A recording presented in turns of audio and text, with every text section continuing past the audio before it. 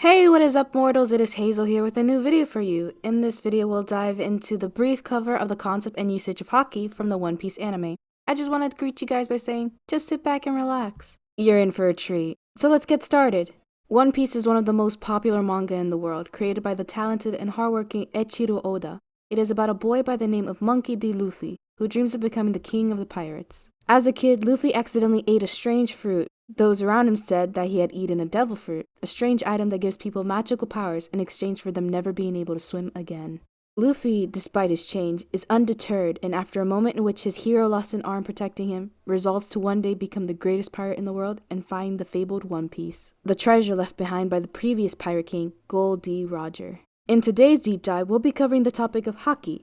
In One Piece, there are several ways in which people are capable of fighting with superhuman ability. Some people owe this strength to their birth. The giants, multi-jointed races, and fishmen all boast a much greater strength than most normal humans. Some owe it to the various and mysterious devil fruits, capable of granting anyone a strange and unique power in exchange for never being able to swim again. And some utilize Haki. Haki is one of the many powers in the One Piece world, but unlike the mysterious devil fruits, with which you only gain power through the consumption of the fruit, any living being in the world is capable of learning Haki. A Haki user channels their spiritual energy for various tasks and purposes. They can sense people's spiritual energy, allowing them to predict people's actions. They can adorn themselves with a coating of spiritual energy, and for some born with a unique disposition, they can even overpower the willpower of others with their own. The first time Haki is technically witnessed in the series is back in Chapter 1.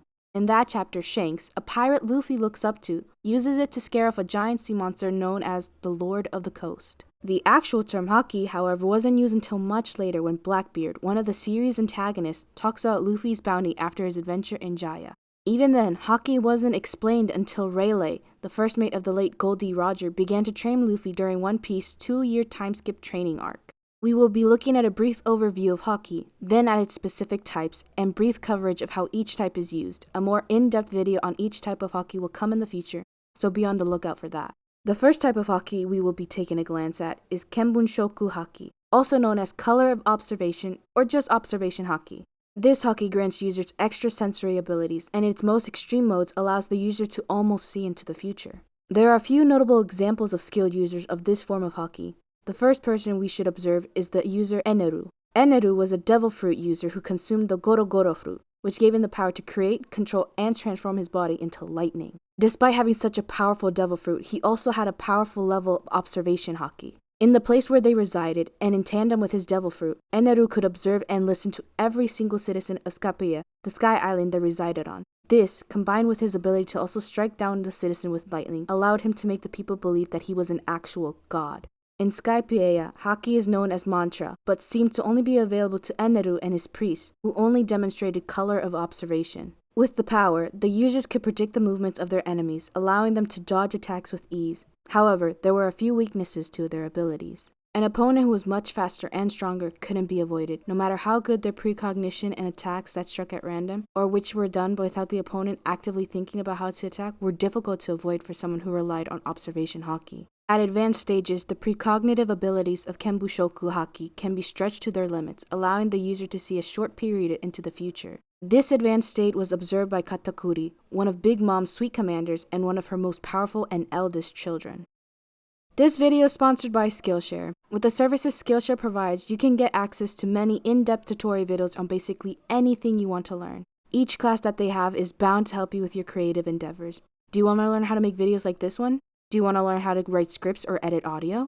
Skillshare has you covered. And with our link, you can have a 14-day free trial. So what are you waiting for? Click the link now and get 14 days worth of classes free.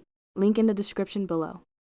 The second type of Haki we'll be looking at is Busoshoku Haki, also known as Color of Armament or just Armament Haki. Armament Haki allows the user to coat themselves with spiritual energy. This coat of spiritual energy bolsters the user attack and defense. Sufficiently skilled users can also coat items and weapons in Haki. Weapons imbued with Haki exhibit extra cutting, piercing, or bludgeoning power, and are capable of breaking weapons of similar or lesser quality material not coated in Haki. An Armament Haki user's abilities, however, don't end there. Armament Haki allows the user to bypass the normally invisible bodies of Logia and some special Paramecia-type devil fruits. Most Logia fruit users, due to their ability to turn into the element of their fruit, are impervious to most forms of attack. There are, of course, some roundabout ways of bypassing this invulnerability depending on the specific attributes of the Logia Devil Fruit. An example of this is demonstrated by two fights. One between Luffy and the former warlord, Crocodile, and between Luffy and the king of Skypiea, Eneru. Crocodile ate a devil fruit that allowed him to turn into, control, and expel sand, and to a further point, he trained so well in the ability that he could dehydrate objects and people with a touch.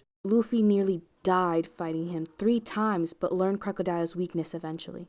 Crocodile, as a man made out of sand, was unable to separate his body when wet. When he was doused in water or someone struck him with something wet, he was unable to turn into sand to avoid the blow, and thus had no choice but to take the full brunt of the attack. Luffy was eventually able to strike Crocodile down with a powerful flurry of blows, using his own blood in place of water to keep Crocodile from dodging and dispersing into sand. Armament Haki allows its user to bypass the defense of a Logia without relying on such a specific weakness and allows them to hit and harm a devil user who would otherwise appear untouchable. Regardless of their element, an Armament Haki user could strike them down. This power did not protect the user from the effects of the devil fruit, but Haki could defend the user somewhat from devil fruit attacks. Virgo, a specialist in Armament Haki, was capable of resisting the effects of devil fruits due to the strength of his Armament Haki and could project his Armament Haki through a short distance without a medium. Advanced users of Armament Haki could also use his projected Haki to flow into a target's body, destroying them from the inside out. The third and rarest form of Haki was Haoshuku Haki, also known as the color of the Supreme Key, Conqueror's Haki, and Conqueror's Spirit.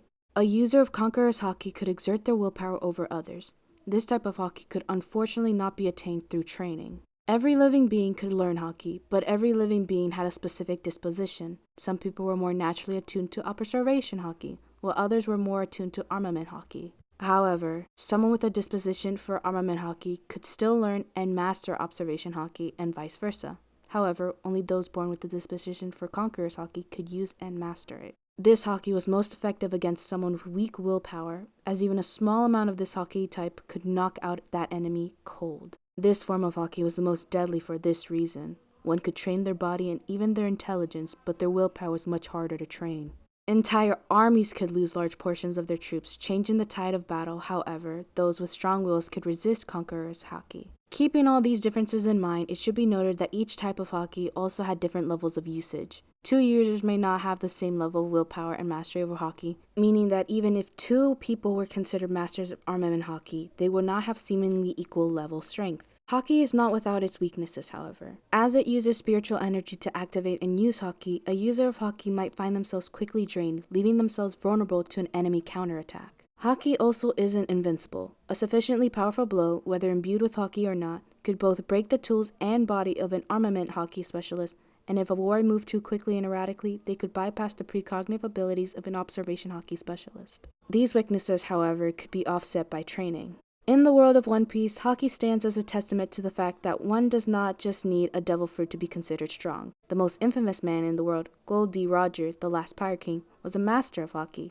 Hopefully we'll be able to release some videos covering each type of Haki in depth as well as when they were used in the series. Thank you all for indulging yourselves in this information thus far. I hope you enjoyed it. Now there are a few more things that I'd like to go over before the video ends. Firstly, if you're in the mood for some great storytelling, We the Celestials have got you covered. Our We the Celestials, My Hero Academia, and Naruto What If channels retell the story of their namesake anime with a twist. Check it out if you're interested. Secondly, on behalf of We the Celestials, I'd like to thank everyone involved in production of today's awesome content. Their details can be found in the description below. Lastly, if you're interested in what we do here at We the Celestials, then I'd like to extend you an invitation to join the team. The only caveat being that we only accept members from 16 years and up to join our crew. You can sign up for whichever category fulfills your interest by joining the recruitment Discord using the link in the description below. We're always looking for members to join us. Well, that's it from us for today's video, so thank you all for watching, and have a great day.